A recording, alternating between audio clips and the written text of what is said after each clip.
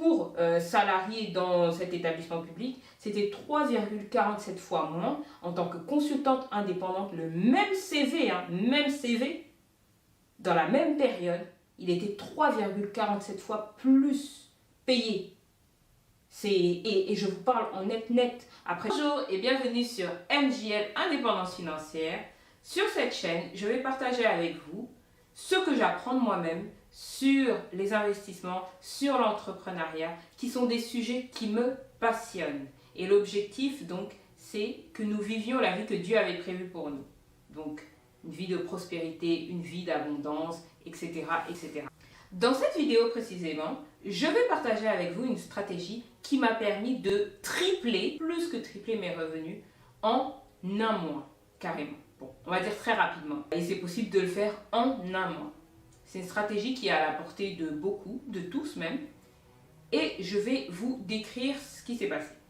Alors, je suis diplômée d'école de commerce, d'une université. J'ai fait un double diplôme en fait entre une université à Londres et mon école de commerce ici en France. Et je travaille dans le secteur public, ça a son importance. Alors quand j'étais jeune diplômée, il y a une de mes connaissances qui était consultant en informatique d'ailleurs, et il venait aussi d'avoir son premier job, on va dire. Et donc il était consultant en informatique en tant que salarié, donc dans une société de services informatiques. Et là, il gagnait à peu près 2100, les salaires des jeunes diplômés, il sortait d'école d'ingénieur. Et donc, il était consultant informatique. Et quelques temps plus tard, dans l'entreprise dans laquelle il travaillait, il y avait d'autres consultants. Bon, il y avait plein d'autres consultants avec lesquels il travaillait. Et il apprend qu'il y a un de ses collègues, beaucoup plus chevronné, qui a plus d'expérience que lui, qui est consultant, comme lui, mais qu'il est à son compte, qu'il est consultant indépendant. Mais que le gars, cette personne-là, qui était consultant indépendant, gagnait près de 10 000 euros par mois. Après, il fait waouh et tout. Donc, pour quelqu'un, pour cette connaissance qui gagnait 2100 euros par mois, son collègue, bon, qui avait quelques années d'expérience de plus que lui, mais bon, enfin voilà, il gagne 5 fois plus que lui. Donc, il était choqué, il m'explique ça, etc. Et à l'époque, je dois vous dire que moi-même, j'étais jeune diplômée, je me disais, je pourrais jamais être consultante. Pour moi, le consultant, c'était celui qui savait tout, celui qui était limite super bien payé parce que c'était un expert dans son domaine, il était, voilà quoi. Enfin, moi, je me disais, non, moi, je peux travailler en tant que salarié dans une entreprise, etc. Mais le consultant, enfin, voilà. Et il me disait toujours, mais en fait, tu fais la même chose. Dans certaines missions, en tant que consultant, tu fais la même chose que tu ferais en tant que salarié, sauf que tu es salarié, quand tu es consultant salarié, pour une société de conseil. Donc tu fais la même chose, le même job que les internes, mais tu es un prestataire de service, donc un consultant pour cette société, parce que cette société, elle a un besoin de réaliser une mission plus ou moins longue. Elle ne veut pas recruter pour diverses raisons. Elle ne veut pas non plus faire appel peut-être à de l'intérim, qui est possible, ou un CDD, peut-être parce qu'ils ne trouvaient pas les profils, etc. Peut-être que c'est simplement leur stratégie, peut-être que les profils sont très spécifiques, et donc ils font appel à ces consultants. Et le consultant, quand il est salarié, il est salarié donc de l'entreprise, de la société de conseil. La société de conseil, elle emploie ses profils de consultants qu'elle met à disposition de ses clients qui ont des besoins dans différents domaines. Il faut savoir qu'il y a des consultants dans plein de domaines. Moi, je connais des consultants en informatique, dans la finance, dans les RH, dans le marketing, dans les achats, dans différents types de domaines, il y a des consultants. Si vous êtes dans ce type de fonction support, sachez qu'il y a des possibilités d'être consultant indépendant. Et donc, cet ami-là me dit ça, etc. Mais ça, c'était en 2015, je crois. Donc après, moi, j'étais salariée, etc. Premier job, vraiment, en plus dans le public, donc j'étais payée vraiment très bas, mais je me suis dit, c'est un CDD. Voilà, je fais mes armes, je dois commencer à payer mon crédit étudiant et c'est un CDD. Donc avant la fin de mon CDD qui était de 10 mois, je vais trouver un autre travail, un CDI qui sera mieux rémunéré. Donc je candidatais tous les soirs. Au bout de 2-3 mois, je trouve un CDI et bon, je reste encore parce que je dois faire... je dois faire au moins 6 mois là-bas, enfin, le temps que tout se fasse, etc., les entretiens, les machins, le préavis, le temps que ça se fasse. Donc, je suis restée 6 mois sur ce CDD. C'est une bonne chose parce que j'ai appris des choses, ça a étoffé mon CV, ça m'a permis de commencer à rembourser mon prêt étudiant et j'ai trouvé ce CDI-là qui était payé profil jeune diplômé d'école de commerce, mais pas extra non plus. Donc j'avais mon CDI, j'étais contente, mais au bout de quelques temps, enfin voilà, ça se passait plus ou moins bien. Et je me suis rendu compte que pour la pression que la responsable me mettait, je me suis dit, mais en fait, tu me mets trop de pression pour le salaire que tu me payes. Et à côté de ça, je pensais depuis, on va dire, depuis 2 ans déjà, je pensais à l'entrepreneuriat, etc. Je pensais à beaucoup de choses. Je pensais déjà, depuis 2013, quand je faisais mes études à Londres, je pensais au e-commerce, je pensais à Amazon, je pensais à plein de choses, mais j'avais peur en fait. J'avais pas l'état d'esprit qu'il fallait. Je me suis dit non, je cherchais du travail comme mes camarades de classe, comme mes camarades de promo et tout. Donc j'ai trouvé du travail, etc. Mais l'entrepreneuriat, ça restait dans ma tête, etc. J'ai passé plus de 2 ans dans cette entreprise, donc en CDI. Et après, j'ai décidé de me lancer à mon compte. Donc j'étais consultante indépendante dans un certain domaine. Donc j'accompagnais des entreprises à atteindre certains résultats. Et quelques temps plus tard, il y a une société qui me contacte. Donc mon CV était sur les job boards classiques. Il y a une société qui me contacte et qui me dit... Non, avant ça, quand je quittais mon entreprise, pardon, j'ai oublié un truc. La DAF de cet établissement public a dit oui, mais on vous aime bien, on ne voudrait pas vous perdre, etc. Si vous voulez créer votre entreprise, vous avez créé votre entité, oui, je l'ai créée, enfin voilà. J'ai mon auto-entreprise, j'avais fait déjà la déclaration. Ben, ce qu'on peut faire, c'est que vous faites vos prestations en tant que consultante et vous restez chez nous et tout. Mais je voulais quitter l'entreprise, je voulais pas rester et je voulais changer un peu de milieu, changer un peu d'entreprise, etc. Donc j'ai refusé, mais elle m'avait déjà proposé ça. Mais je savais pas trop comment faire à l'époque. C'était aussi ça le problème, je savais pas trop comment faire. Mais donc quelques temps plus tard, il y a une société qui me contacte et qui me dit oui, on a vu votre CV sur une plateforme et il y a un client dans le secteur public qui serait intéressé par un profil tel que le vôtre. Je fais ok, d'accord, vous êtes consultante indépendante, c'est ce qu'ils cherchent en fait. Et par contre, le taux journalier, l'enveloppe budgétaire de cette mission, parce que c'était une mission en tant que consultante indépendante, n'est pas très importante. Après, je suis d'accord, ok. Donc, il me dit le montant de l'enveloppe financière. Il me dit oui. Donc, le taux journalier pour cette mission, c'est de 500 euros. Je lui dis pardon. Bon, j'ai pas dit ça, j'ai pas dit pardon, j'ai pas fait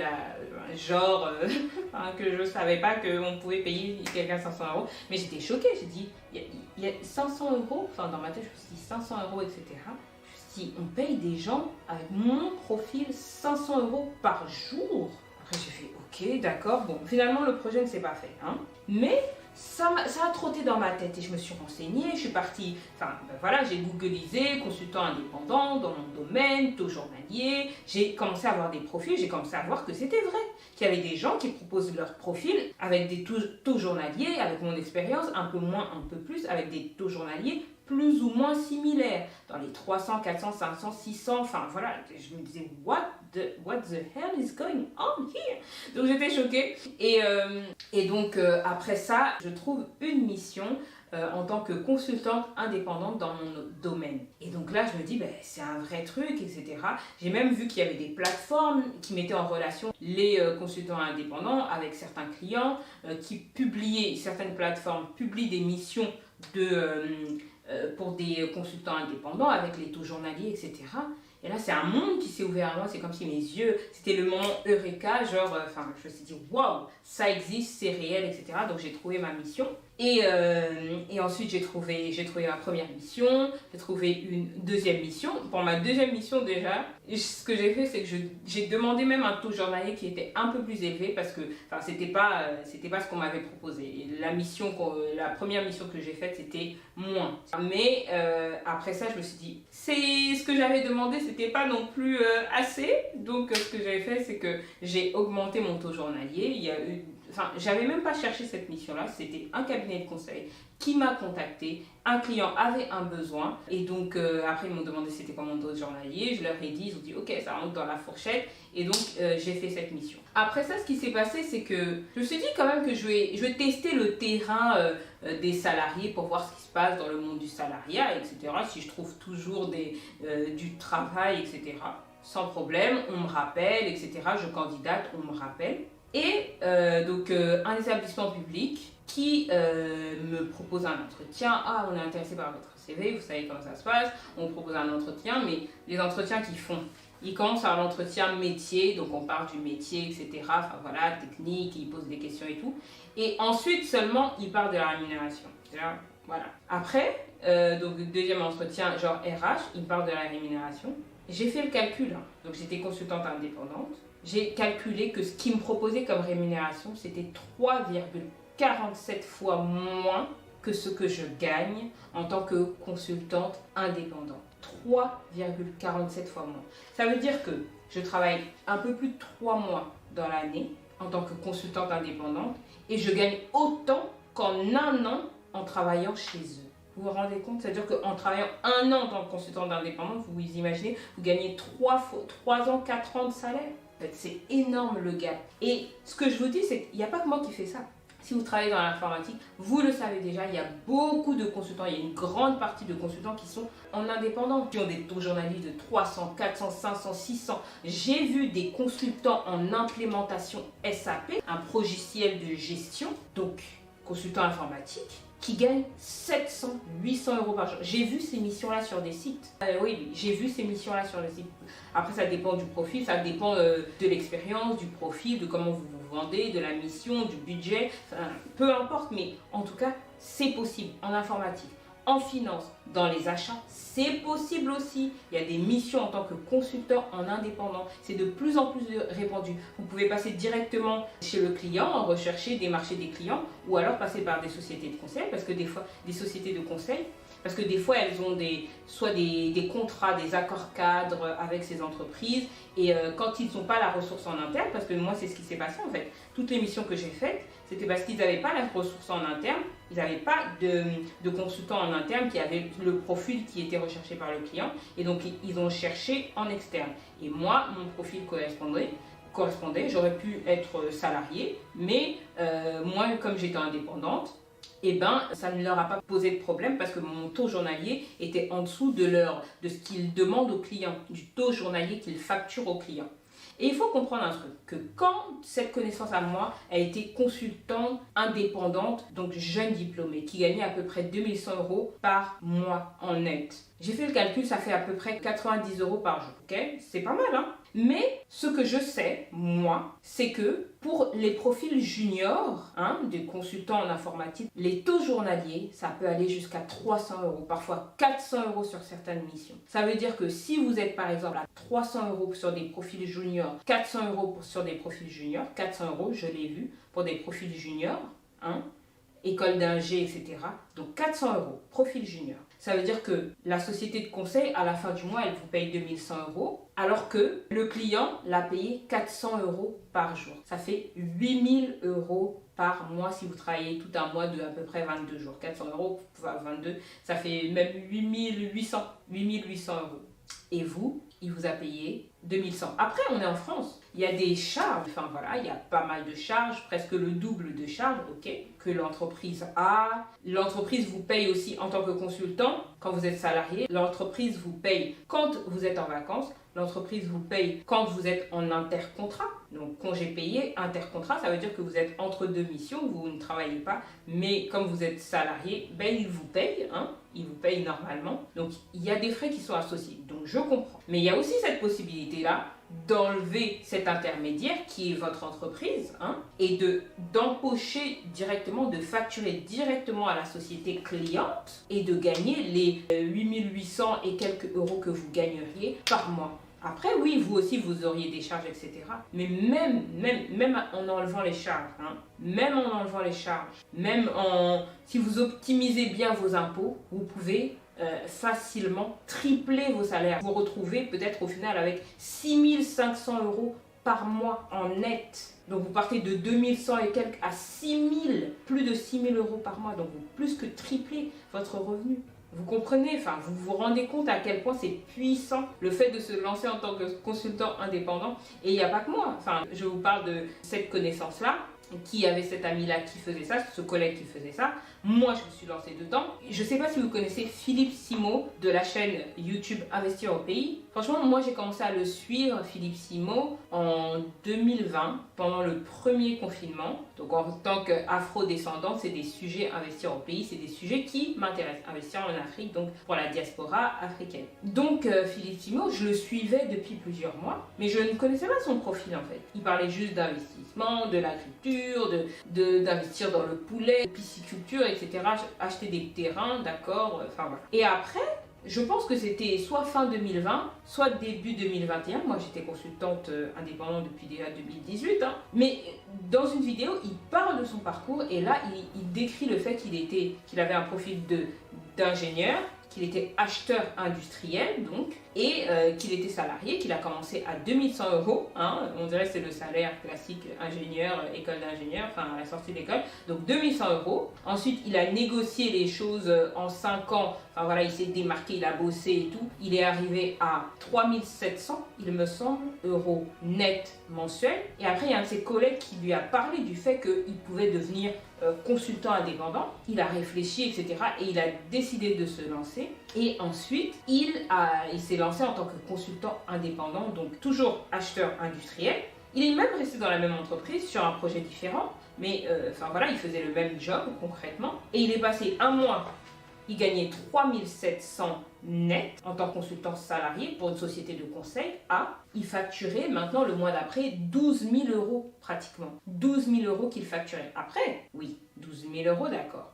Hors taxe, Il faut enlever l'URSSAF, il faut enlever les impôts peut-être, mais il l'expliquait dans une vidéo qu'il ne payait pas d'impôts, enfin parce qu'il optimisait fiscalement, donc il n'avait pas d'impôts à payer, en fait il optimisait, il mettait en place des stratégies pour optimiser sa fiscalité, pour ne pas payer d'impôts. Et donc au final, ça lui faisait de 3 700 à peut-être 8 000 ou 9 000 € net par mois. Vous vous rendez compte du gap que c'est ? Donc voilà, ça c'est ma stratégie, c'est une stratégie que j'ai utilisée, que je mets en place actuellement. Je suis depuis, ça va faire 6 mois, en mission chez un client et j'y suis encore pour au moins jusqu'à l'année prochaine.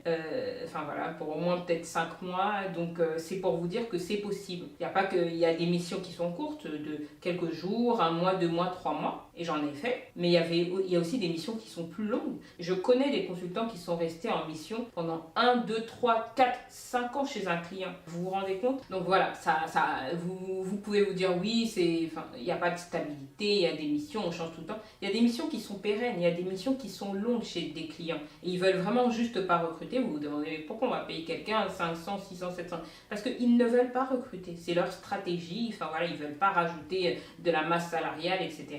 Donc ils prennent des consultants. Donc que ce soit des entreprises publiques, des sociétés privées. Enfin, il y a des consultants dans différents domaines. Donc, vous aussi, pourquoi je vous dis ça? Parce que vous aussi, c'est possible. Vous travaillez en informatique, vous travaillez en RH, vous travaillez dans les achats, vous travaillez dans les différents domaines que j'ai cités. Il y a des indépendants partout. Il y a des médecins qui sont indépendants, il y a des infirmières qui sont à leur compte, infirmières indépendantes, kinés, enfin voilà. Il y a des indépendants partout et qui gagnent beaucoup plus que s'ils étaient salariés. C'est pas nouveau, etc. Enfin voilà. Mais moi, je vous apporte juste cette stratégie et je vous dis que c'est possible sur ces fonctions support, c'est possible en 2021, c'est possible. Le salariat, c'est très bien et ça a ses avantages, mais c'est aussi possible de gagner beaucoup plus et rapidement. Je n'ai pas eu besoin d'apprendre de nouvelles connaissances en fait. C'est mon même CV, vous vous rendez compte? C'était cette année. Cette année, on me propose un emploi en tant que salarié, le même CV pour salarié dans cet établissement public, c'était 3,47 fois moins. En tant que consultante indépendante, le même CV, même CV, dans la même période, il était 3,47 fois plus payé. Et je vous parle en net, après les charges, les impôts et tout, net. Je vous parle pas, enfin voilà, après, oh oui, non, faut enlever ça, on est en France, oui, je sais, je paye l'URSSAF tous les mois, je sais. Donc voilà, donc c'est pour vous dire que c'est possible, et vous aussi, vous pouvez le faire. Donc voilà, c'était ma vidéo d'aujourd'hui. N'hésitez pas à liker, commenter, partager si c'est un sujet qui vous intéresse. Je ferai d'autres vidéos sur le sujet, sur des sujets différents si ça vous intéresse. Et je vous dis donc à très bientôt sur MJL, Indépendance Financière. Salut!